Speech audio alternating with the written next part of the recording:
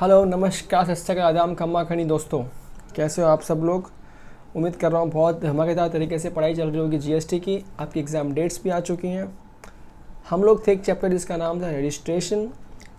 Part 1 हम कर चुके हैं। पार्ट हम में जहाँ पे हमने क्या सीखा है कि किस किस पे रजिस्ट्रेशन एप्लीकेबल है, किस किस पे रजिस्ट्रेशन एप्लीकेबल नहीं है, किस किस को मैंडेटरी है, एंड ऑल्सो जो भी चीज़ें हैं कनेक्टेड टू बेसिक्स रजिस्ट्रेशन का वो हमने सीख लिया है पार्ट 1 में।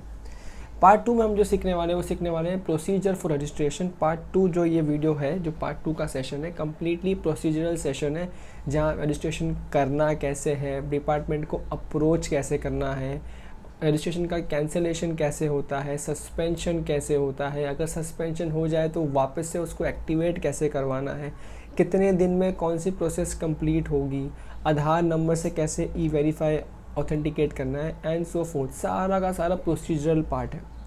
अगर आपने आर्टिकलशिप इज्जत से कर रखा है, कभी जीएसटी में काम कर रखा है, और अगर एक भी रजिस्ट्रेशन किया किसी क्लाइंट का, तो सेम जो आप वहाँ करते हैं वही चीज़ें यहाँ पे लिखी हुई हैं। अगर कभी किसी स्टूडेंट्स ने फ्यूचर में डिमांड किया तो आप चाहोगे तो अगर मैं एक रजिस्ट्रेशन का पूरा प्रोसेस भी वीडियो बना दूंगा किसी भी क्लाइंट का रजिस्टर करते वक्त, तो आप उसको भी देख सकते हैं फ्यूचर रेफरेंस के लिए।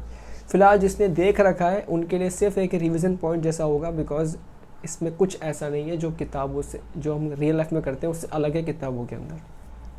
Fine, without wasting any time let's get started. अच्छा, एक और चीज़ ध्यान रहे, हमने एक टेलीग्राम ग्रुप बनाया है ऑन स्टूडेंट्स डिमांड रिसेंटली। बहुत कम स्टूडेंट्स हैं अभी उसके अंदर, डाउट्स भी बहुत फास्ट सॉल्व हो सकते हैं इसी पर्पस के लिए। सो अगर किसी को यहाँ पे कमेंट सेक्शन में कुछ पूछने में प्रॉब्लम हो रहा है, या शर्म आ रहा है, या लग रहा है कि डाउट्स लेट रिजॉल्व होंगे, they can join Telegram group, जिसका लिंक डिस्क्रिप्शन में दे दिया जाएगा। ओके, स्टार्ट करते हैं प्रोसीजर फॉर रजिस्ट्रेशन। देखो, जब भी आप रजिस्ट्रेशन का प्रोसेस स्टार्ट करना चाहते हो, सबसे पहले आपको जाना होगा GSTN पोर्टल पे, जिसका नाम है www.gst.gov.in। इस पोर्टल पे आपको जाना होगा, और पोर्टल पे जाने के बाद आपको पार्ट A भरना होगा इस फॉर्म का। ये वाला हमारा फॉर्म है जो हम लोग भरते हैं जब डिपार्टमेंट से रजिस्ट्रेशन सीख करते हैं। तो जब हम पार्ट A भरेंगे, पार्ट A के अंदर बहुत बेसिक चीज़ें भरने वाले हैं। For example pan number, mobile number, email address, ये सब कुछ भरेंगे। ठीक है, ये कॉमन पोर्टल क्या है, यही है जो मैंने आपको बताया अभी अभी। अच्छा, उसके बाद आपका पैन, मोबाइल नंबर और ईमेल एड्रेस क्या होगा, वो वैलिडेट हो जाएगा। पैन ऑटोमेटिकली आपका central board of direct taxes के थ्रू वैलिडेट किया जाएगा। इसका मतलब इसीलिए पता है, कई बार ये होता है कि जो पैन कार्ड पे नाम रजिस्टर्ड है, अगर आप उससे अलग डाल रहे हो जीएसटी एप्लीकेशन करते वक्त, तो कई बारी आपकी एप्लीकेशन प्राइमा फेसिया ही एक्सेप्ट नहीं होती आगे, बिकॉज वो वेरीफाई ही नहीं हो पाता डिपार्टमेंट से, सीबीडीटी की तरफ से। जैसे ही पैन होता है सीबीडीटी से वेरीफाइड, आपका मोबाइल नंबर और ईमेल पे एक OTP आता है, जिसको हम वन टाइम पासवर्ड बोलते हैं। जैसे ही आप वो OTP एंटर करते हो, दोनों पे सेपरेट OTP आते हैं, दोनों सेम नहीं होते। जैसे ही आप एंटर करते हो, आपका एक TRN नंबर जनरेट हो जाता है। ये TRN नंबर आपको स्क्रीन पे भी दिखता है, और यही TRN नंबर आपको आपके जो ईमेल एड्रेस आपने डाला है उस ईमेल एड्रेस पे भी आ जाता है, और साथ ही साथ में आपके मोबाइल नंबर पे भी आ जाता है। अच्छा, नाउ ये TRN की मदद से ही आप आगे पार्ट B भरते हो। पार्ट A से आप क्या हुआ, this is as good as part A क्या है, रजिस्ट्रेशन करने का गेट है। वो गेट में जब आप अंदर घुसोगे तो उसके बाद डिपार्टमेंट आपसे, यानी कि पोर्टल आपसे बाकी चीज़ें पूछता है जो हेल्प करती है रजिस्ट्रेशन करने में आपको। तो पार्ट A उतना ही है, TRN नंबर जनरेशन तक का ही पार्ट A है। और क्या है इसमें, TRN को यूज़ करके हम क्या करेंगे, हम सबमिट करेंगे एप्लीकेशन पार्ट B के अंदर of application form after along with specified documents eight common portal after undergoing Aadhaar authentication for grant of registration. Now ये स्पेसिफाइड डॉक्यूमेंट्स क्या हैं, अगेन अगर आपने लाइव कभी रजिस्ट्रेशन कर रखा है तो आपको आइडिया होगा। ये भी बहुत बेसिक से डॉक्यूमेंटेशन है। फॉर एग्ज़ाम्पल जैसे अब तो आधार ऑथेंटिकेशन कंपलसरी हो गया है, तो आधार नंबर होना चाहिए, ठीक है। किन के लिए एप्लीकेबल नहीं है वो आगे आएगा तो मैं बताऊंगा। उसके अलावा क्या होना चाहिए, आपका जो प्लेस ऑफ बिजनेस है उसका एक डॉक्यूमेंट होना चाहिए। It can be any document like वहाँ का लाइट बिल, वहाँ का कोई हाउस टैक्स बिल, कोई यूटिलिटी बिल, वो बिल हो सकता है। साथ ही साथ में अगर आपका रेंटेड स्पेस है, आपका रेंट एग्रीमेंट हो सकता है। ऐसे करके पूरी लिस्ट है जो डॉक्यूमेंट्स आप सबमिट कर सकते हैं। अगर रेंटेड स्पेस है तो साथ में एनओसी भी चाहिए होता है, जिसको हम जीएसटी की भाषा में बोलते हैं कंसेंट लेटर। तो वो सारी चीज़ें हैं जो बेसिक सी चीज़ें हैं। ओके, उसके बाद क्या होगा, on receipt of such application the acknowledgement is in the prescribed form shall be issued to applicant electronically. अच्छा, ये तो हुआ नॉर्मल लोगों के लिए यहाँ तक। अब आया कैजुअल टैक्सेबल पर्सन, इसके लिए कुछ खास बंदोबस्त किया गया है। क्या बंदोबस्त किया गया है, a casual taxable person applying for registration gets TRN for making an advance deposit of tax in his electronic cash ledger and an acknowledgement is issued only after said deposit। देखो, हम जो नॉर्मल ह्यूमन बींग्स हैं, जो हम लोग normal हैं यहाँ के हैं, उनके लिए तो फंडा बहुत सिंपल है। क्या बोल दिया कि भाई आप OTP वगैरह डालो, TRN जनरेट हो जाएगा। लेकिन जो कैजुअल टैक्सेबल पर्सन है, हमने बात किया था कि इसकी कोई जगह ही फिक्स नहीं है कहाँ बिजनेस करता है, तो डिपार्टमेंट पकड़ेगा कहाँ से इसको। तो डिपार्टमेंट ने क्या बोला, तेरे में भरोसा नहीं है, तू क्या कर, रजिस्ट्रेशन लेने के पहले हम तेरे को TRN भी तब देंगे जब तू एडवांस टैक्स पेमेंट करेगा। तो तू एडवांस टैक्स पेमेंट कर, फिर तेरे को TRN देंगे और उसके बाद आगे प्रोसीड करना पार्ट B के लिए, ठीक है। तो ये सिर्फ एक स्पेशल पॉइंट था जो किसके लिए था, आपके कैजुअल टैक्सेबल पर्सन के लिए। बाकी सारे पॉइंट कॉमन है सबके लिए। उसके बाद क्या होगा, जैसे आप पार्ट B भरेंगे, पार्ट B में सब डिटेल्स डाल देंगे, आपके बिज़नेस के प्रॉस्पेक्ट्स क्या है, बिज़नेस का एड्रेस क्या है, आपका खुद का पर्सनल एड्रेस क्या है, आपकी फ़ोटोग्राफ्स, आपके जो सब कुछ आप वहाँ पर डाल देंगे। उसके बाद में प्रॉपर ऑफिसर के पास आपकी एप्लीकेशन फॉरवर्ड कर दी जाएगी। नाउ प्रॉपर ऑफिसर जहाँ पे आपका फ़ाइल असाइन किया जाएगा वो सेंटर का भी हो सकता है और स्टेट का भी हो सकता है। वो कहाँ का है वो आपको अंदर लॉगिन करने के बाद दिख जाता है। The procedure after receipt of application by PO is depicted in part 2। ठीक है, हम आ जाते हैं पार्ट 2। अब देखो, जैसे ही आपने पार्ट A और पार्ट B भर दिया तो प्रॉपर ऑफिसर असाइन हो जाएगा। प्रॉपर ऑफिसर क्या करेगा, एग्जामाइन करेगा, देखेगा, आंखें खोल खोल के, आंखें बड़ी कर करके देखेगा उस एप्लीकेशन को, और जो साथ में आपने डॉक्यूमेंट दिए ना प्यार मोहब्बत से, उनको भी देखेगा। ओके, उनको देखने के बाद क्या होगा, दो बातें हो सकती है। अब आपको आपका IPCC का फ्लो चार्ट याद आ जाना चाहिए। जैसे ही डॉक्यूमेंट्स और एप्लीकेशन सबमिट होगा, दो बातें होंगी, या तो प्रॉपर ऑफिसर के हिसाब से वो ऑर्डर में है, सेटिस्फाइड है। अगर वो सेटिस्फाइड है तो क्या करेगा, within 7 days from the date of submission of application, proper officer will grant registration certificate in the form GST RG 06। इस फॉर्म में आपको सर्टिफिकेट दे देगा रजिस्ट्रेशन का। अच्छा, याद रहे आपके जो नवंबर 21 का लेटेस्ट मॉड्यूल है, जो एकदम लेटेस्ट मॉड्यूल है, हम उसमें से ही पढ़ रहे हैं। उसमें ये 3 डेज लिखा है, लेकिन अगर आप ICAI के अमेंडमेंट जो एक अलग शीट आती है वहाँ पे जाएंगे तो नवंबर 21 के लिए उन्होंने इसको चेंज कर दिया और क्या बोल दिया कि हम इसको 3 से 7 दिन पे लेके जा रहे हैं। ठीक है, तो मेक श्योर ये लेटेस्ट मॉड्यूल में होने के बाद भी सेपरेट अमेंडमेंट था जो मैंने यहाँ पे कवर किया है। चाहे तो लेक्चर के एंड में मैं आपको अमेंडमेंट शीट दिखा दूंगा। जो स्टूडेंट अभी देख रहे हैं कृपया लास्ट में याद दिला दीजिएगा, लेक्चर खत्म होने के पहले हम उस शीट को देख लेंगे, बिकॉज वहाँ पे 2-3 पॉइंट और भी हैं जो हम बाकी लोग को और आपको बताना चाहेंगे। ठीक है, तो ये तो फंडा देखो बहुत सिंपल है। अगर एक्सेप्ट हो गया तो 7 दिन में नंबर आ जाएगा जयराम जी की। But what next, there can be a chance if satisfied ना हो तब क्या होगा, तो प्रॉपर ऑफिसर क्या करेगा, इलेक्ट्रॉनिकली विद इन, पहले 3 था मे बी 7 हो गया, within 7 days from the application submission thereby seeking clarification information और डॉक्यूमेंट्स फ्रॉम द एप्लीकेंट। भाई सीधी सी कहानी है, अगर उसको सही नहीं लग रहा तो क्या करेगा, वो 7 दिन के अंदर अंदर, नंबर तो दे नहीं पाएगा अब, तो क्या करेगा वो 7 दिन के अंदर अंदर आपको इंटीमेट कर देगा कि मेरे को आपका एड्रेस प्रूफ सही नहीं लग रहा है, मेरे को आपका फ़ोटो सही नहीं लग रहा है, मुझे लग रहा है आपको ये प्रॉब्लम है, मुझे लग रहा है कि ये बिज़नेस ही नहीं है, मुझे लग रहा है कि कुछ भी जो उसको चाहिए होगा, जो भी क्लैरिफिकेशन चाहिए होगा, वो क्लैरिफिकेशन या डॉक्यूमेंट या इन्फॉर्मेशन मांग लेगा।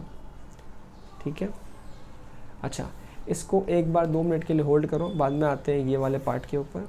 अच्छा, if the applicant has furnished the clarification information or document within 7 working days from receipt of notice. तो देखो सिंपल सी कहानी है, ऐसा नहीं है कि ऑफिसर ने आपको भेज दिया चिट्ठी कि बताओ कुछ क्लैरिफिकेशन मांग लिया और आप आराम से आप भाव खा रहे हो, आप रिप्लाई नहीं दे रहे। डिपार्टमेंट ने आपको बोला रिप्लाई करो और आप जो है क्लैरिफिकेशन दे ही नहीं रहे। 10 दिन बीत गए, 20 दिन बीत गए, ऐसा नहीं चलता है। क्या बोला आपको? 7 दिन के अंदर अंदर उस ऑफिसर को क्लैरिफिकेशन देना होगा। ऑफ कोर्स सब कुछ ऑनलाइन होता है यहाँ पे ट्रांसपेरेंसी के साथ। अगर तो आपने 7 दिन के अंदर अंदर क्लैरिफिकेशन दे दिया है और वो क्लैरिफिकेशन हमारे ऑफिसर्स आपको अच्छा लगा है, सेटिस्फाइड है, तो अगेन क्या होगा, जिस दिन आपने भेजा है ना क्लैरिफिकेशन, उसके 7 दिन के अंदर अंदर क्या होगा, आपको रजिस्ट्रेशन दे दिया जाएगा। मगर अगर आपने 7 दिन के अंदर रिप्लाई नहीं किया या फिर 7 दिन में रिप्लाई कर दिया मगर रिप्लाई उसको अच्छा नहीं लगा, मतलब गड़बड़ लगा, तो वो क्या करेगा, he may reject the application for reasons to be recorded in writing of course। Officer को रीज़न लिखना पड़ता है कैंसिलेशन या रिजेक्ट करने के पहले कि वो क्यों रिजेक्ट कर रहा है। यहाँ तक ठीक है? कोई दिक्कत पूरे फ्लो चार्ट में? तो ध्यान रहे, अगेन फटाफट रिवाइज करते हैं। लॉन्ग स्टोरी शॉर्ट सिंपल क्या है, आपने पार्ट ए भरा, पार्ट बी भरा, पार्ट बी के बाद क्या होगा, एक प्रॉपर ऑफिसर आपको असाइन किया जाएगा जो कि ऑटोमेटेड होगा सिस्टम के द्वारा। असाइन होते ही 7 दिन के अंदर या तो आपको नंबर दे दिया जाएगा या आपको क्लैरिफिकेशन की डिमांड कर दी जाएगी। नंबर दिया तो कहानी ख़त्म, नंबर नहीं दिया तो दे में आस्क फॉर क्लैरिफिकेशन। क्लैरिफिकेशन जैसे ही मांगा जाएगा आपको उस डेट से 7 दिन में रिप्लाई करना है। रिप्लाई नहीं किया रिजेक्ट, रिप्लाई किया 7 दिन के बाद किया रिजेक्ट, रिप्लाई 7 दिन के अंदर किया लेकिन अच्छा नहीं लगा तो भी रिजेक्ट, लेकिन रिप्लाई 7 दिन में कर दिया और उसको अच्छा भी लगा, मतलब सेटिस्फाइड लगा, तो आपको नंबर तब से जब आपने अप्लाई किया यानी कि क्लैरिफाई किया तब से 7 दिन में आपको नंबर दे दिया जाएगा। ठीक है यहाँ तक कहानी? ओके। अब ये वाला पॉइंट जो मैंने कवर नहीं किया था, ये वाला पॉइंट, ये क्या है, notice may be issued not later than 30 days from the application submission date in case where the person fails to undergo Aadhaar authentication. अच्छा, अब ये क्या चीज़ है, ध्यान से देखना इसको, ये आधार ऑथेंटिकेशन के बारे में बात कर रहा है। Notice may be issued not later than 30 days, 20 मतलब 30 हो गया अभी, ठीक। नॉट लेटर देन मतलब क्या होता है, 30 दिन से ज़्यादा दूरी नहीं हो सकती, 30 दिन के अंदर अंदर, from application submission date in case where a person fails to undergo Aadhaar authentication. अब ये क्या चीज़ है, ध्यान से देखो। अब जो नई प्रोसेस है ना, इसमें आधार ऑथेंटिकेट करना कंपलसरी है, लेकिन देयर आर चांसेस, हमारे हिंदुस्तान में आज भी बहुत लोग ऐसे हैं, बहुत निकम्मे ऐसे हैं जो आधार नंबर लेके नहीं रखे हैं, और या फिर लेके रखे तो मोबाइल नंबर उस पर किसी और का चढ़ा हुआ है, और मोबाइल नंबर जिसका चढ़ा हुआ है वो या तो दुनिया में नहीं है, और दुनिया में है तो उसने वो नंबर किसी और को दे दिया है, या फिर वो नंबर बंद हो चुका है, रिचार्ज ही नहीं हो रहा उसके ऊपर। इन शॉर्ट, ऑथेंटिकेशन करोगे कैसे अगर आधार की टीम से OTP नहीं आएगा तो? ठीक है। सो इन दैट केस क्या होता है, डिपार्टमेंट के पास टाइम होता है कि या 30 दिन के अंदर अंदर वो लोग क्या करते हैं, आपको वेरिफिकेशन कर सकते हैं फिजिकल तरीके से भी। तो वो सारी बातें यहाँ पे आने वाली हैं। तो उसी पॉइंट को यहाँ पे दर्शा रहा है कि नोटिस हम लोग 30 दिन से ज़्यादा का नहीं, उसके अंदर अंदर दे देंगे from application submission date in case where a person fails to undergo Aadhaar authentication. अगर हमने आधार ऑथेंटिकेशन दिया ही नहीं है, मतलब हमने क्या ऑप्ट किया है कि आओ भैया हमारे ऑफिस आ जाओ, फिजिकली आके वेरीफाई कर लो हम है कि नहीं। आधार रहता है तो ऐसा कंपलसरी नहीं है। सर आधार का मतलब ये है क्या कि कभी ऑफिसर आपके ऑफिस आ ही नहीं सकता, वो उनके पास स्पेशल पावर्स है, जब चाहे आ सकता है। हम रजिस्ट्रेशन की बात कर रहे हैं, ठीक है। ओके, यहाँ पे देखो एक कॉन्सेप्ट आता है डीम्ड अप्रूवल ऑफ एप्लीकेशन। ऐसा ही सेम कॉन्सेप्ट पहले सर्विस टैक्स में भी हुआ करता था, वैसा ही सेम टू सेम यहाँ पे भी। If proper officer fails to take any action within 7 working days from the date of submission of application in case of successful Aadhaar authentication, या फिर 30 दिन के अंदर from the date of submission of application where a person fails to undergo Aadhaar, यानी कि physical वाला, ये कौन सी वाली बात कर रहा है, फिजिकल वाले की बात कर रहे हैं जहाँ 30 दिन की बात हो रही है। या फिर 7 दिन के अंदर जो क्लैरिफाई किया तब तक भी। अरे इन शॉर्ट सिंपल मतलब क्या है, जैसे ही आपने अप्लाई किया 7 दिन में या तो हाँ बोलता या तो कुछ मांग लेता।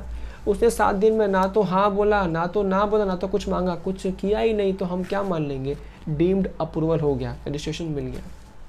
सेकेंड में हो सकता है 7 दिन में उसने कुछ इन्फॉर्मेशन मांग ली, हमने इन्फॉर्मेशन दे भी दी, अब देने के बाद उसको 7 दिन में रिप्लाई करना है, तब उसने 7 दिन में रिप्लाई, तो भी क्या मान लेंगे, ठीक है डीम अप्रूवल हो गया। भाई तू रिजेक्ट कर, नहीं करेगा टाइम लिमिट के अंदर तो डीम अप्रूवल मान लिया जाएगा। सेम है 30 दिन के अंदर आप रिजेक्ट कर देना है in case of physical verification. अगर आपने 30 दिन में रिजेक्ट नहीं किया तो क्या मान लेंगे, ठीक है अप्रूव हो गया। अब देखो सिंपल सी कहानी है ना, वी कैन नॉट ऐसा सिट एंड डू भजन कि हाँ ऑफिसर आएगा, हाँ ऑफिसर आएगा, वो तो भगवान जाने कब आएगा। इसलिए लॉ मेकर्स समझते थे इस बात को। लॉ मेकर्स ने क्या बोला कि भाई 30 दिन बहुत हो गया, पहले 21 दिन था, 30 दिन कर दिया। भाई 30 दिन में भी तुम नहीं पहुंचते ना वहाँ पे उसके ऑफिस वेरीफाई करने के लिए, तो बिजनेसमैन पागल नहीं बैठा है वहाँ पे कि तुम्हारा वेट करेगा कब ऑफिसर साहब आएंगे, मैं आरती उतारूंगा फिर नंबर मिलेगा, थोड़ी होता है यार। 30 दिन का टाइम रीजनेबल टाइम है, ठीक है। अच्छा, और ये देखो यहाँ पे एक मज़े की बात देखो, अब ये बहुत छोटी बात है बट आई थॉट आईसीआई का जो इंटेंशन फिलहाल है उसके साथ सब पता होना चाहिए। 7 वाले पार्ट में क्या बोला है, वर्किंग डेज है, 7 वर्किंग डेज, ठीक है।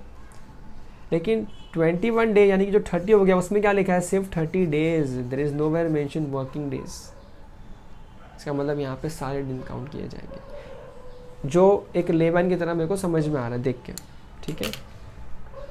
अब लॉ मेकर्स की इंटरप्रिटेशन क्या है, कोई ना कोई केस होगा तो मालूम पड़ जाएगा, अभी तो नया नया आया है। अच्छा, ये तो हुई हमने एक बेसिक सी नॉर्मल सी बात सीख ली। अब हम सीखते हैं कुछ स्पेशल प्रोसीजर है for registration of CTD and NRTD. CTD क्या होता है,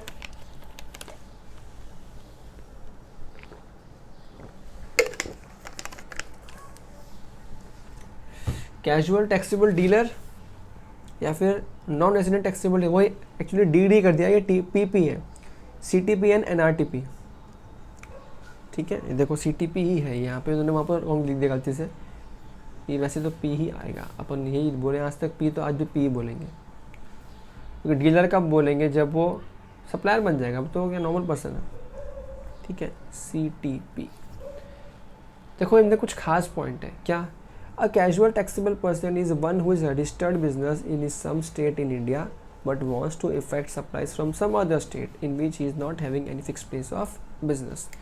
ये वाला अपन ने बहुत बार एग्जांपल लिया है, एक दोबारा नया एग्जांपल ले लेते हैं आज। मेरा बिजनेस है ये मार्कर बेचने का, मेरा ऑफिस मुंबई में है। मुझे ना कल को ऐसा मालूम पड़ा कि गुजरात में ट्रेन में खड़े होकर अगर मैं ये मार्कर बेचता हूँ तो ये बहुत बिकेगा। मैं अपना झोला भर के गुजरात के ट्रेन में चला गया ये मार्कर बेचने के लिए, मार्कर ले लो 10-10 रुपये का एक, 20 का 3, मैं ले बेच गया। मैं गुजरात में खड़े होके बेच रहा हूँ, यानी गुजरात से सप्लाई करने की इच्छा है। क्या गुजरात मेरा प्लेस ऑफ बिजनेस है, क्या गुजरात में मेरा ऑफिस है, क्या वहाँ मेरा फिक्स प्लेस ऑफ बिजनेस है, नहीं है, तो मैं क्या बन जाऊँगा उस पॉइंट पे वहाँ के लिए कैजुअल टैक्सेबल पर्सन। और गवर्नमेंट सिंपल बोलता है पता नहीं तू ट्रेन में कब कहाँ से कहाँ पहुँच जाएगा, तेरे को कहाँ पकड़ेंगे हम लोग, तो नंबर लेने के पहले TRN के पहले क्या कर, एडवांस टैक्स भर दे। Such person need to register in the state from where he seeks to supply as a casual taxable person. Now, और क्या है, NRTP अपन सीख चुके हैं, दोबारा देख लो। NRTP is a person who is a foreigner and occasionally wants to effect taxable supplies from any state in India and for that he needs GST registration। यहाँ पे अपन ने हमेशा एग्जाम्पल एक ही लिया, वो क्या है, वो नेपाली जो इंडिया में आता था रजाई बेचने के लिए, ठीक है। तो इन दोनों के लिए ही क्या बोल दिया है, GST law prescribes a special procedure for NRTP and this casual taxable person. क्या पहली बात तो क्या याद रखना, ये सब आएगा MCQ में, कम से कम 5 दिन पहले सप्लाई, कोई भी सप्लाई करने की इच्छा है, वो रजाई वाले को एक रजाई भी बेचने की इच्छा है तो 5 दिन पहले एडवांस में उसको अप्लाई करना पड़ेगा for registration, of course advance tax भरने के बाद। अच्छा, Registration is granted to them on period of operation or period of operation is extended only after they make advance deposit of the estimated tax liability. दोनों को ही advance tax भरना पड़ेगा, दोनों का ठिकाना नहीं है। अच्छा, यहाँ पे क्लैरिफिकेशन था डिपार्टमेंट का, वो क्लैरिफिकेशन ये था, कई बारी लोग प्रोफेशनल्स भी ये बात करते थे कि ये जो टैक्स लाइबिलिटी है ग्रॉस टैक्स लाइबिलिटी है या आईटीसी लेने के बाद का नेट टैक्स लाइबिलिटी है। तो the answer is this is after considering eligible ITC, जो भी आईटीसी उसको मिलता है। देखो यहाँ पे बोला है एलिजिबल आईटीसी, तो जिस इसका आईटीसी उनको नहीं मिलता है ना, वो तो नहीं मिलेगा। याद करो हमने आईटीसी में सीखा था जो एनआरटीपी है उसको यहाँ के परचेस का आईटीसी बिल्कुल नहीं मिलता, उसको सिर्फ वो जो माल इंपोर्ट कर रहा है उस पर जो आईजीएसटी भरा है सिर्फ उसका आईटीसी मिलता है। तो जितना भी आईटीसी मिल सकता है ना, वो लेस करने के बाद का जो टैक्स लायबिलिटी नेट है वो आपको एडवांस में जमा करना पड़ेगा। अच्छा, registration is granted to them for a period specified in the registration or 90 days from the effect of registration whichever is less। ये लिखा नहीं है बट आप समझ के रखो लॉ मेकर्स का इंटेंशन। भाई सिंपल सी कहानी है, आप कैजुअल या एनआरटीपी बन के आ ही क्यों रहे हो हमारे देश में या हमारे किसी स्टेट में, क्योंकि आपको बहुत थोड़े से टाइम के लिए काम करना होगा। आपको 10, 20, 50, 30, 40 दिन के लिए काम करना होगा। और कोई भी सोचता है बंदा कि 40 दिन, 30 दिन, 20 दिन काम करने के लिए मैं क्या अपना खुद का ऑफिस लूँ, रेंटेड प्रीमाइसिस लूँ, ये सब कौन करे? तभी तो आप कैजुअली एनआरटीपी बन रहे हो। तो यहाँ पे क्या बोल दिया, या तो जितने दिन के लिए आप मांगो रजिस्ट्रेशन उतना दिन, या मैक्सिमम 90 दिन, विच एवर इज लेस, उतने तक का ही रजिस्ट्रेशन मिलेगा। अच्छा, ये ध्यान रहे, ये रजिस्ट्रेशन एक्सटेंड भी हो सकता है। एक्सटेंड कितना हो सकता है, अब ये यहाँ नहीं लिखा है, आपके मेन नोट्स में लिखा हुआ है, मैं आपको बता दे रहा हूँ। ये और 90 डेज़ के लिए एक्सटेंड हो सकता है, मतलब 90 दिन के लिए लिया, वो लग रहा है ख़त्म होने वाला है, तो और 90 दिन तक के लिए एक्सटेंड करवा सकते हो डिपार्टमेंट में बात करके। सर मेरे को 180 दिन के बाद भी मन हो रहा है मेरे को तो और एक्सटेंड करना, मैं करूँ क्या? लॉ मेकर्स तो डिपार्टमेंट बोले लात मार के भगा देंगे, बोलेगा पागल है क्या? तू बोल रहा था मेरा फिक्स प्लेस ऑफ बिजनेस लेने का सर औकात नहीं है, 4 दिन के लिए इंडिया में आया हूँ, 4 दिन के लिए स्टेट में आया हूँ, और तू 180 दिन 6 महीने से बिजनेस लेके बैठा है और एक्सटेंशन करना चाहता है, पागल समझाएगा हम लोग को? तो यहाँ पे आया क्लैरिफिकेशन, और क्लैरिफिकेशन में क्या बोला गया, in case of long running exhibitions अगर 180 दिन क्रॉस या उससे ज़्यादा का है या क्रॉस कर चुका है तो वो टैक्सेबल पर्सन की जिम्मेवारी बनती है कि it can not be treated as a CTP, और उस केस में उस पर्सन को रिक्वायरमेंट है कि वो registration level as a normal taxable person. यानी कि अब तुम बोल सकते हो सर अब एग्जीबिशन में आया, कई बार ऐसा होता है ना कि हम किसी कपड़े के एग्जीबिशन में गए हैं, कहीं पे माल बेचने के लिए गए हैं, तो देयर आर चांसेस कि मैं ट्रेन में नहीं माल बेच रहा, मैं किसी एग्जीबिशन में माल बेच रहा हूँ। तो सर आप बोलोगे कि अब ये एड्रेस प्रूफ कहाँ से लाएगा? सिंपल सा फंडा है ना, वो जिस लोकेशन पे खड़ा है, जिस स्टॉल पे खड़ा है, जहाँ पे से वो एग्जीबिशन दे रहा है, कोई तो मालिक होगा उसका भी। आप उसके डॉक्यूमेंट दे दो, साथ में एक NOC दे दो कि उसको दिक्कत नहीं है, तो चलेगा। आपको नॉर्मल नंबर लेना पड़ेगा, समझो कि नहीं? ज़्यादा फास्ट हो रहा है क्या? थोड़ा स्लो करूँ क्या? नींद आ रहा है क्या?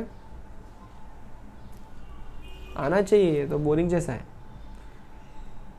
ओके, सो ये था अभी तक रजिस्ट्रेशन करने वाला पार्ट। नेक्स्ट पार्ट क्या है? Amendment of registration. अब देखो आपने रजिस्ट्रेशन कर लिया, लेकिन क्या होता है रजिस्ट्रेशन करने के बाद हम में कुछ ना कुछ तो चर्बियाँ भी होती हैं, कभी अच्छी कभी बुरी। एनीवे, चर्बी कैसी भी हो, हमें डिटेल्स चेंज करवानी पड़ती है। कभी एड्रेस चेंज होता है, कभी ईमेल एड्रेस चेंज होता है, कभी मोबाइल नंबर चेंज होता है, कभी बिज़नेस ही चेंज हो जाता है, तो और कभी कभी तो जिसका बिज़नेस है वो मर जाता है। तो इन सभी केसेस में रजिस्ट्रेशन को अमेंड करवाना क्या है? अनिवार्य। तो देखिए, except for the changes in some core information in the registration application, a taxable person shall be able to make amendment without requiring any specific approval from the tax authority। देखो अब यहाँ पे कैसा होता है ना, 2 तरह की फील्ड्स होती हैं, एक कोर फील्ड, एक non core field. Core field में क्या होता है, वो आपके इंपॉर्टेंट पार्ट्स होते हैं। जैसे फॉर एग्जांपल आपको अपने बिजनेस का ट्रेड नेम ही चेंज करना है, एग्जांपल आपको अपने बिजनेस का मेन एड्रेस ही चेंज कर देना है, तो ये सब क्या है, सब कोर पार्ट है, ठीक है। अच्छा, जब आप मेन नोट्स में जाएंगे तो आपको मिलेगा डिफरेंस, कोर पार्ट क्या, नॉन कोर पार्ट क्या। वो इतना रिलेवेंस नहीं था तो मैंने आपको यहाँ पे कवर नहीं कर रहा हूँ, लेकिन आप अपने जानकारी के लिए प्लस सेफ साइड रहने के लिए ऊपर वाले पार्ट में पढ़ लीजिएगा एक बार, कोर पार्ट क्या और नॉन कोर पार्ट क्या, ठीक है। तो वो कोर पार्ट अगर आपको चेंज करना है ना, तो जैसे ही आप कोर पार्ट चेंज का एप्लीकेशन डालते हैं along with supporting document, again proper officer जो आपका ऑफिसर होता है वो वेरीफाई करता है, उसके बाद ही वो पार्ट अमेंड होता है। लेकिन नॉन कोर पार्ट है, आपको आपका ईमेल एड्रेस चेंज करना है, आपको अपनी बैंकिंग डिटेल्स चेंज करनी है, ये सब नॉन कोर पार्ट्स होते हैं। तो यहाँ पे आप डाल सकते हैं, ऑटोमेटिक वो within some time change हो जाएगा बिना किसी ऑफिसर के अप्रूवल के। Okay, in case of change is core field of information, the taxable person will apply for amendment within 15 days from the event necessitating the change. The proper officer then will approve the amendment within next 15 days. Simple सी कहानी है, आपने अपने business का address change कर दिया, तो ऐसा है क्या कि आप चेंज करने के पहले बताओगे उनको? नहीं, चेंज करने के बाद 15 दिन के अंदर अंदर उनको बता दो, और जैसे ही आप उनको बताओगे वहाँ से 15 दिन तक का टाइम है ऑफिसर के पास उसको वेरीफाई करके देने का।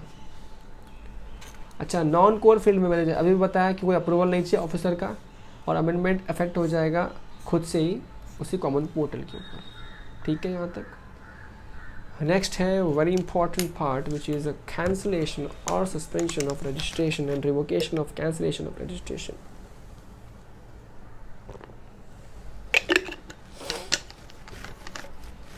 देखो ध्यान से देखना, एक कैंसलेशन या सस्पेंशन ऑफ रजिस्ट्रेशन है, this is not surrender of registration. Surrender मतलब हम खुद करते हैं, हम सरेंडर कर रहे हैं। कैंसलेशन मतलब हम खुद नहीं करते, वो ऑफिसर या डिपार्टमेंट वाले होते हैं, जा बेटा भाड़ में जा से तेरा नंबर कैंसिल, या बोल देते हैं तूने कुछ गलतियाँ की हैं, तेरा नंबर हम सस्पेंड कर रहे हैं कुछ टाइम के लिए, सुधर जा नहीं तो कैंसिल कर देंगे, ठीक है। तो ये दोनों काम कौन करते हैं? ऑफिसर्स ही करते हैं, डिपार्टमेंट वाले ही करते हैं। इसमें हल्का फुल्का एक बहुत गंदा अमेंडमेंट भी हुआ है अभी जिसके ऊपर बहुत सारी चर्चाएं चल रही है पूरे देश के अंदर, वो हम डिस्कस करेंगे इस पार्ट के तुरंत बाद अमेंडमेंट की शीट पे जाके। ओके, फिलहाल यहाँ देखते हैं।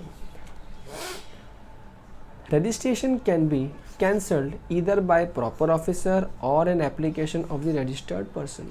सिंपल सी कहानी, या तो ऑफिसर खुद से कैंसिल कर देवे या हम बोल देवे हे देवता कैंसिल कर दो, ठीक है। दोनों ही केस में कैंसिल तो वो करेगा, यू कैन नॉट से मैंने कैंसिल कर दिया लो मेरा साइन, कैंसिल तो वही करेगा। आप सिर्फ अप्लाई कर सकते हो, भैया कैंसिल कर देगा क्या, करेगा तो वही। कब कब हो सकता है, देखो या तो बिजनेस डिसकंटिन्यूड हो गया है या आपने बिजनेस कहीं ट्रांसफ़र कर दिया है तो ये बिजनेस बंद होगा, दूसरा बिजनेस शुरू हो जाएगा तो वहाँ चले जाएगा, या कोई अमालगमेशन हो गया है, डीमर्ज हो गया है, या फिर आपने कॉन्स्टिट्यूशन चेंज कर दिया बिजनेस का, अरे अभी सोल प्रोप्राइटर हो, आप पार्टनरशिप बन गए तो सोल प्रोप्राइटर तो बंद करना ही पड़ेगा ना, तो वो वाली बात। या taxable person no longer liable to be registered, आपको पता है वो लिमिट्स वगैरह होती है 20 लाख की, या वो सब चीज़ों लिमिट होती है, 40 लाख की लिमिट होती है। अरे अब आप देख रहे हो बहुत साल से आपका वो लिमिट क्रॉस नहीं कर रहा और आपको लग रहा है कि अब मैं एलिजिबल नहीं हूँ रजिस्ट्रेशन के लिए, तो मैं क्यों फालतू में इतना कॉस्ट बेयर करूँ, कंप्लाइंसेस बेयर करूँ, तो आप अप्लाई कर सकते हो, भैया मेरा नंबर कैंसिल कर दें।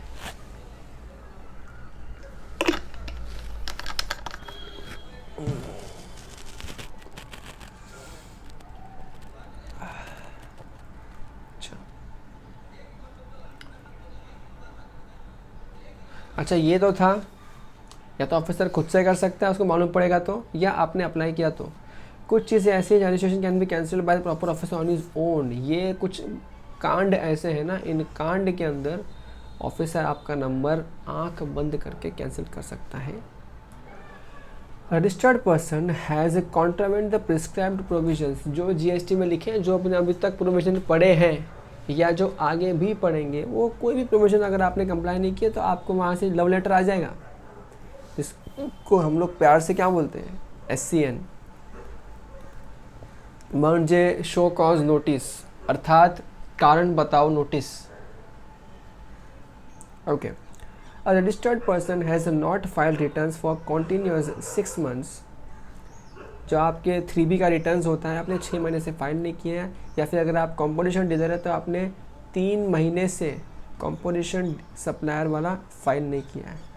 अच्छा, यहाँ पे कुछ दिक्कतें हैं, यहाँ पे 3 मंथ्स एक्चुअली 3 पीरियड्स होना चाहिए, यहाँ पे 3 मंथ नहीं होना चाहिए, 3 मंथ लिखा है, एक्चुअली 3 पीरियड्स होना चाहिए, ठीक है, क्योंकि कंपोजिशन वाले को ज़्यादा ईज दिया जाता है। तो there can not be a possibility कि रेगुलर वाले को 6 महीने तक छोड़ दिया और कंपोजिशन वाले को 3 महीने पकड़ लिया, ऐसा नहीं होता है। 3 पीरियड्स होते हैं, विच मीन्स 3 क्वार्टर्स होते हैं, विच मीन्स 9 मंथ्स तक चले जाता है, ठीक है। अब यहाँ 3 मंथ्स लिखा है तो आप इसको प्लीज़ वापस से किसी नए डॉक्यूमेंट का रीवेरिफिकेशन का वेट कीजिएगा, बट 3 पीरियड्स हैं जहाँ तक मेरा नॉलेज है। किसी को कुछ बेटर पता हो इस बारे में तो नीचे लिख सकता है कमेंट सेक्शन में, I am always available to learn. Okay, voluntarily registered person has not commenced the business within 6 months from the date of registration। देखो आपने नंबर अप्लाई किया, आप पे एप्लीकेबल कंपलसरी नहीं था, आपने फिर भी अप्लाई किया, वॉलंटरी अप्लाई किया। 6 महीने से आप जो रिटर्न भर रहे हो, नील रिटर्न भर रहे हो, बिजनेस कर ही नहीं रहे हो, तो डिपार्टमेंट को फील होता है ये कलंक है, समाज पे कलंक है, ये बंदा जो बिजनेस नहीं कर रहा मगर नंबर लेके रखा है, इसका नंबर कैंसिल करते हैं, ठीक है। ये वाली बात बहुत लोग को नहीं पता है, बहुत जल्द नंबर ले लेते हैं और नील रिटर्न भरे जाते हैं सालों साल तक और सोचते हैं डिपार्टमेंट कुछ नहीं कर सकता। डिपार्टमेंट फ़िलहाल कुछ नहीं कर रहा, इसका मतलब ये नहीं है कुछ नहीं कर सकता। उनके पास लॉ में राइट है, वो चाहे तो नंबर कैंसिल कर सकते हैं, यानी कि आपको शो कॉज नोटिस भेज देंगे कि आप 6 महीने से ऊपर हो गया, बिजनेस नहीं चालू कर रहे हो, आप हमें बताइए, हम आपका नंबर क्यों ना कैंसिल करें। Okay, registration was obtained by means of fraud, willful misstatement और suppression of facts। आपसे डॉक्यूमेंट में लाइट बिल मांगा था, आपने क्या किया, लाइट बिल आपके नाम पे तो था नहीं, आपने क्या किया, किसी बंदे से फ़ोटोशॉप करवा के लाइट बिल खुद का नाम लिखवा दिया और नंबर अप्लाई कर दिया। ऑफिसर ने आपको नंबर दे दिया, नंबर लेने के 2 महीने बाद ऑफिसर को किसी ने बता दिया कि तेरे को एड़ा बनाया उस टैक्स पेयर ने, वो लाइट बिल था ही नहीं उसका, वो तो फोटोशॉप किया हुआ था। अब क्या किया, डिपार्टमेंट चले गया उस लाइट कंपनी के पास, चेक किया तो मालूम पड़ा शिट धोखा दिया हम लोग को, धोखे से नंबर लेके चले गया साला मुझसे। अब डिपार्टमेंट क्या करेगा, नंबर कैंसिल कर देगा, ठीक है। Okay, once a registered person has applied for cancellation of registration और the proper officer seeks to cancel registration, proper officer may suspend his registration during pendency of proceedings relating to cancellation of registration filed by such registered person। तो simple सी कहानी ना, आपने apply किया cancellation के लिए, भले ही अब तक कैंसिलेशन का ऑर्डर नहीं आया है, लेकिन आपकी इच्छा का मतलब क्या था कि अब आपको बिजनेस नहीं करना है, तो उस ड्यूरेशन जब तक फाइनलाइज नहीं होता है चीज़ें तब तक आपका नंबर सस्पेंड कर दिया जाएगा। And as soon as things gets finalized, it would either be restored if cancellation is not permitted, or it would be cancelled if it is permitted, ठीक है। अच्छा, ये तो हमने सीखा ये चीज़। अब देखो यहाँ पे प्रोसीजर फॉर कैंसिलेशन होगा किस तरह से। देखो जैसे हमने बात किया, या तो हम रजिस्टर्ड पर्सन अप्लाई करेगा कैंसिलेशन के लिए, या प्रॉपर ऑफिसर खुद कैंसिल करेगा। तो क्या प्रोसेस होगा, अगर हम लोग खुद अप्लाई करते हैं तो क्या होगा, रजिस्टर्ड पर्सन क्या करेगा, जिसको कैंसिलेशन चाहिए वो अप्लाई करेगा with in 30 days of occurrence of the event. अच्छा, ऑफ द इवेंट मतलब क्या, वही इवेंट, वो अमालगमेशन वाली इवेंट या मृत्यु वाली इवेंट या बिजनेस बंद करने वाली इवेंट, कोई भी इवेंट जिससे हमें मालूम पड़ता है नंबर कैंसिल होने वाला है, उस इवेंट होने के 30 दिन के अंदर अंदर हम आप अप्लाई कर दोगे मेरे को नंबर कैंसिल करना है, ठीक है। और क्या करेगा प्रॉपर ऑफिसर भाई साहब, क्या करेंगे, वो कैंसिलेशन का ऑर्डर दे देंगे 30 दिन के अंदर अंदर आपने अप्लाई किया। तो सिंपल फंडा है, आपने घटना घटी 30 दिन में सबमिट करी, उसके 30 दिन में डिपार्टमेंट ने बोल दिया जा बेटा जी ले अपनी ज़िंदगी। ये तो सिंपल रास्ता है जहां आपने अप्लाई किया था। मज़ा कब है और सज़ा कब है, जब आपने अप्लाई नहीं किया, डिपार्टमेंट ने सोचा हम तो तेरा नंबर कैंसिल करके छोड़ेंगे चोरे। तो वहाँ डिपार्टमेंट क्या करेगा, वहाँ पे प्रॉपर ऑफिसर एक शो कॉज नोटिस देगा रजिस्टर्ड पर्सन को जिसने who has to reply to notice within 7 days। वहाँ चिट्ठी आएगी, भाई 7 दिन में रिप्लाई कर, रिटर्न क्यों नहीं भरा 6 महीने से 8 महीने से, 7 दिन में रिप्लाई कर, फ्रॉड क्यों किया था 7 दिन में रिप्लाई कर, ये क्यों नहीं किया 7 दिन में रिप्लाई कर, कि ये वो क्यों किया, वो 7 दिन में रिप्लाई करना पड़ेगा। सर 7 दिन में रिप्लाई नहीं किया तो कैंसिल नंबर, ऐसी की तैसी नंबर कैंसिल।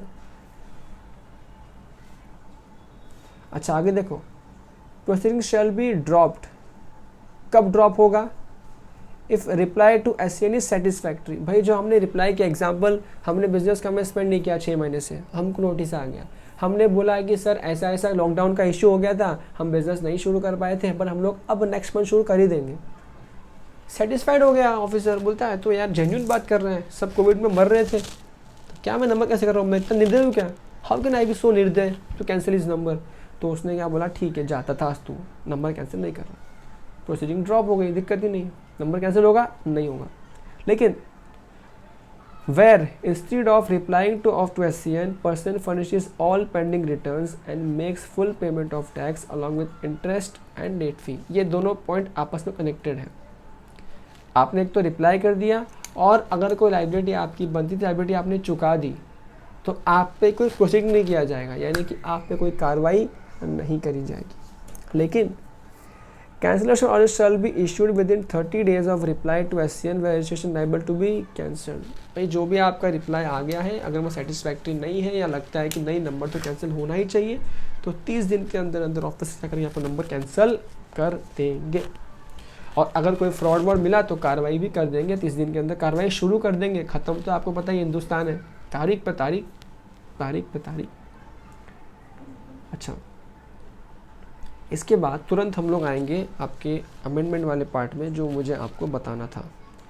अच्छा, क्या कुछ स्टूडेंट्स हो जाते हैं कंफ्यूज कि कौन सा अमेंडमेंट, कहाँ का अमेंडमेंट, तो मैं दिखा दूँ फटाफट से कि मैं किस अमेंडमेंट की बात कर रहा हूँ। ये रहा आपका boss knowledge portal, final paper yet, और येट में ये देखो, ये रहा statutory update for November 21 examination. ठीक है, मैं इन्हीं की बात कर रहा हूँ। हमने ITC में भी इसी को बीच में खोला था। ये ही शीट मैंने अपने सॉफ्टवेयर में खोल के रखी है।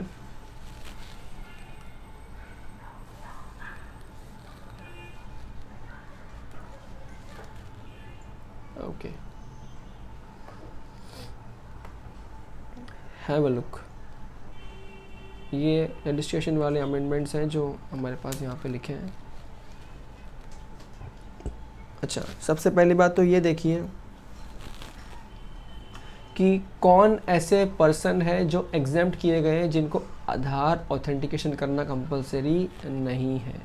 बाय डिफ़ॉल्ट सबको कंपलसरी है, इनको कंपलसरी नहीं है। पहली बात, जो देश का है ही नहीं, अरे भाई फिरंगी है, तो उसके पास आधार नंबर कहाँ से आएगा बेचारे के पास।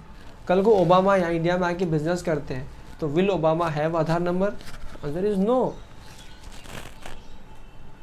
अ class of person other than the following class of person. अरे भाई कोई भी ऐसा है जो इंडिविजुअल या ऑथराइज सिग्नेटरी किसी भी टाइप का, या पार्टनर या कर्ता नहीं है, अगर कोई ये नहीं है, इनमें से अलावा कोई और है, तो किसी और को आधार नंबर मिलता है क्या कभी? एग्जाम्पल, आप किसी कोऑपरेटिव सोसाइटी में रहते होंगे, वो कोऑपरेटिव सोसाइटी का पैन नंबर तो होगा, जाके पूछना सेक्रेटरी को आधार नंबर है क्या? वो बोलेंगे पागल हो गए क्या तुम लोग? बोलेगा सीए कर रहे, ऐसा सवाल पूछता है पागल इंसान, है ना। आपके एरिया में कोई पॉलिटिकल पार्टी होगी, उसका ट्रस्ट रजिस्ट्रेशन नंबर होगा, उस ट्रस्ट के पास पैन नंबर तो होगा, पूछना भाई तेरे पास आधार नंबर है क्या?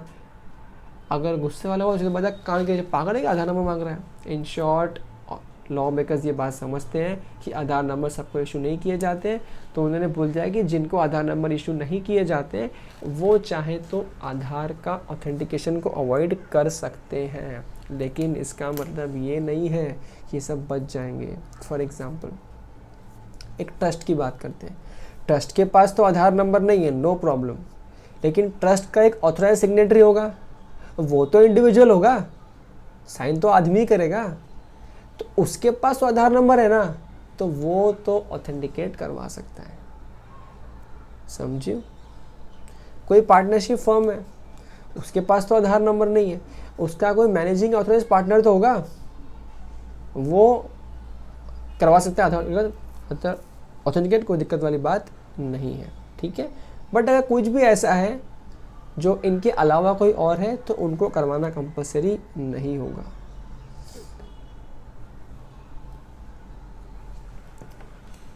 अब देखो, ये तो थी यहाँ तक की बात जो नोटिफाई कर रखे थे 23 मार्च 2020 से। उसके बाद क्या हुआ, उसके बाद और कुछ लोग को नोटिफाई किया, इनको भी हटा दिया, नहीं रहने दो। तो एक तो वही था जो था ऊपर देखा अपने में, उसके अलावा क्या बोल दिया, स्टेट गवर्नमेंट, सेंट्रल गवर्नमेंट का डिपार्टमेंट है वो नहीं करेगा ऑथेंटिकेशन, लोकल अथॉरिटी है नहीं करेगा, स्टैट्यूटरी बॉडी है अपना ICI जैसा बॉडी नहीं करेगा, कोई भी PSU है ऑथेंटिकेशन नहीं करेगा, पर्सन अप्लाई कर रहा है UN के लिए तो वो भी ऑथेंटिकेशन नहीं करेगा। ये आया है अभी 23 फरवरी 2021 को। अच्छा, उसके अलावा अमेंडमेंट क्या था, revise time limit under rule 9, ये हम ऑलरेडी डिस्कस कर चुके हैं कि 3 से क्या हो गया, अब 7 दिन का हो गया। अच्छा, ये पहले कोई पीरियड 60 दिन का था, वो पीरियड 30 दिन का हो गया, मैं बता चुका हूँ नोट्स के अंदर आपको, तो वहाँ पे हम कवर कर चुके हैं।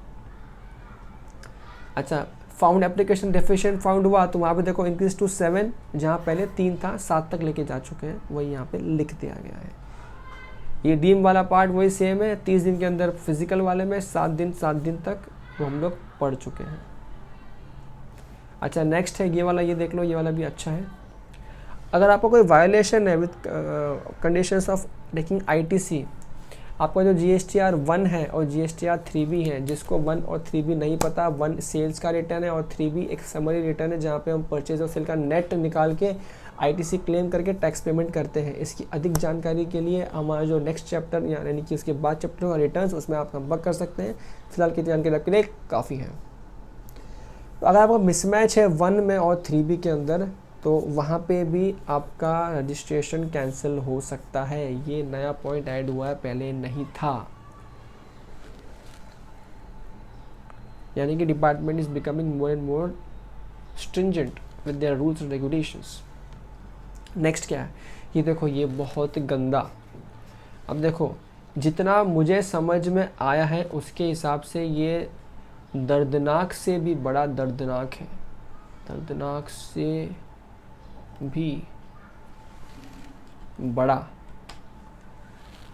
दर्द है ये मेरे हिसाब से। देखो यहाँ पे क्या है, वहाँ पे हमने क्या सीखा था, अगर डिपार्टमेंट को नंबर कैंसिल करना है, रजिस्ट्रेशन कैंसिल करना है, तो उनको अपॉर्चुनिटी ऑफ बीइंग हर्ड देना पड़ेगा आपको। हर जगह हमने ऊपर देखा था SCN सब आएगा 7 दिन का। यहाँ देखो क्या लिखा है, सस्पेंशन ऑफ GST के लिए रूल 21 जो है इसको अमेंड कर दिया गया। और क्या बोल दिया गया है, where proper officer has reason to believe that the registration of a person is liable to be cancelled, he can now suspend the registration of such person pending the cancellation proceedings without affording the said person a reasonable opportunity of being heard। क्या बोल दिया, ऐसा नहीं था रे बाबा पहले।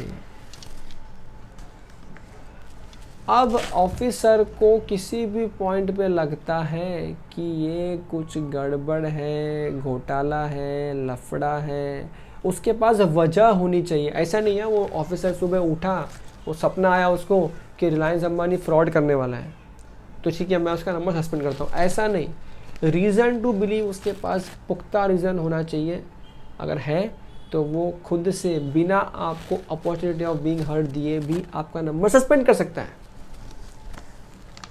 देखो, आपको लगा नहीं लगा, मुझे तो ये पॉइंट बड़ा ही दर्दनाक लगता है। क्या आपको भी लग रहा है? सच्ची बोलो, क्या आपको भी लगता है?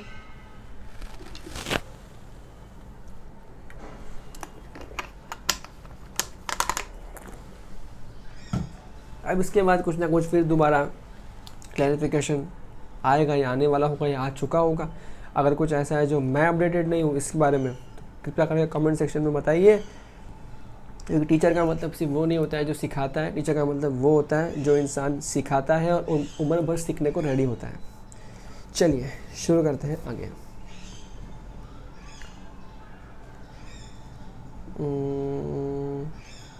ये वही सब है, एक बार आप रीड कर लीजिएगा। उसी तरह के रीजंस हैं कि क्या क्या क्या किस वजह से नंबर कैंसिल हो सकता है, जो हम वहाँ पे पढ़ चुके हैं। अच्छा ठीक है, ये एक बार आप सिर्फ रीड कर लीजिएगा बच्चे का पॉइंट, कुछ इसमें खास नहीं है, लॉजिक में समझा चुका हूँ, इसकी आवश्यकता नहीं। अब चलते हैं बैक टू ओके। अच्छा देखो, अब आपका नंबर तो कैंसिल हो गया, या तो प्रॉपर ऑफिसर ने कैंसिल किया अपने तरफ से, या फिर आपने जब एप्लीकेशन दिया था तो ऑफिसर को लगा कि अच्छा बच्चा है, नंबर कैंसिल कर दिया। कुछ दिनों बाद आपको एहसास हुआ नहीं, या तो ऑफिसर ने गलती से नंबर कैंसिल कर दिया आपका, आपको लग रहा है गलत हुआ आपके साथ, या तो लग रहा है आपके साथ में नाइंसाफ़ी हुई है, या लग रहा है कि नहीं यार बिजनेस बंद करने का प्लान तो था लेकिन नहीं बंद नहीं करना है।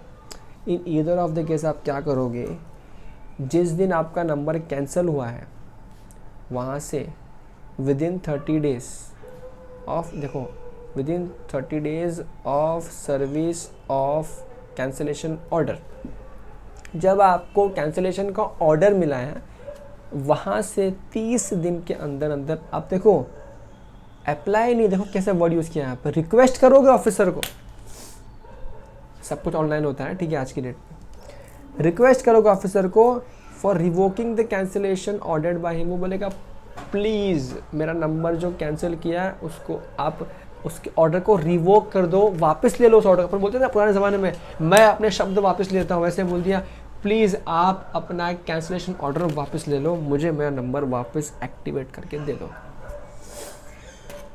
However, before so applying, the person has to make good the defaults by filing all the pending returns, making payment of all the dues and so for which registration was cancelled by the officer। ये अभी कुछ महीनों सालों पहले ही add हुआ है, पहले ये पॉइंट नहीं हुआ करता था।